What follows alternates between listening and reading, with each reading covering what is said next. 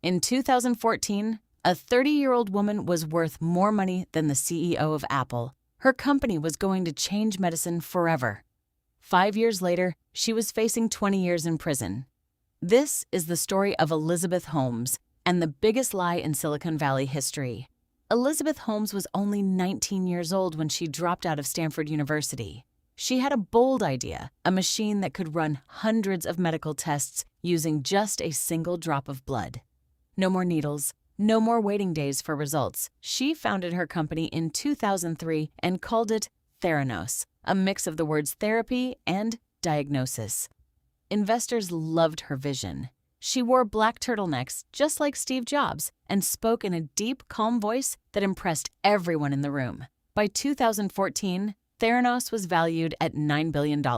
Elizabeth Holmes appeared on magazine covers. She was called the next Steve Jobs. Big companies like Walgreens signed deals with her, ready to put Theranos machines in thousands of stores across America. But behind closed doors, something was very wrong.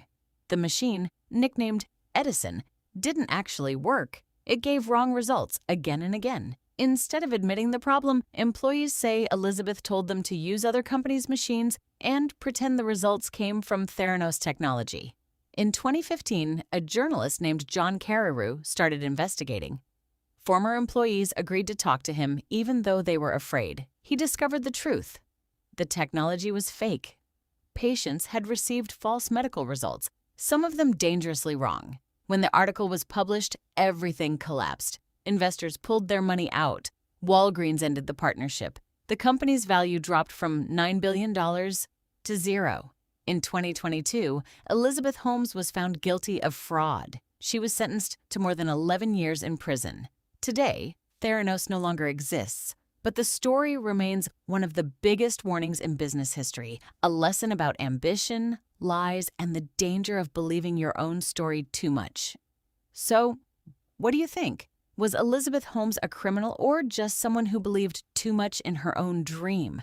Let me know in the comments. And if you want to keep learning English through real stories like this one, subscribe. I post a new one every week.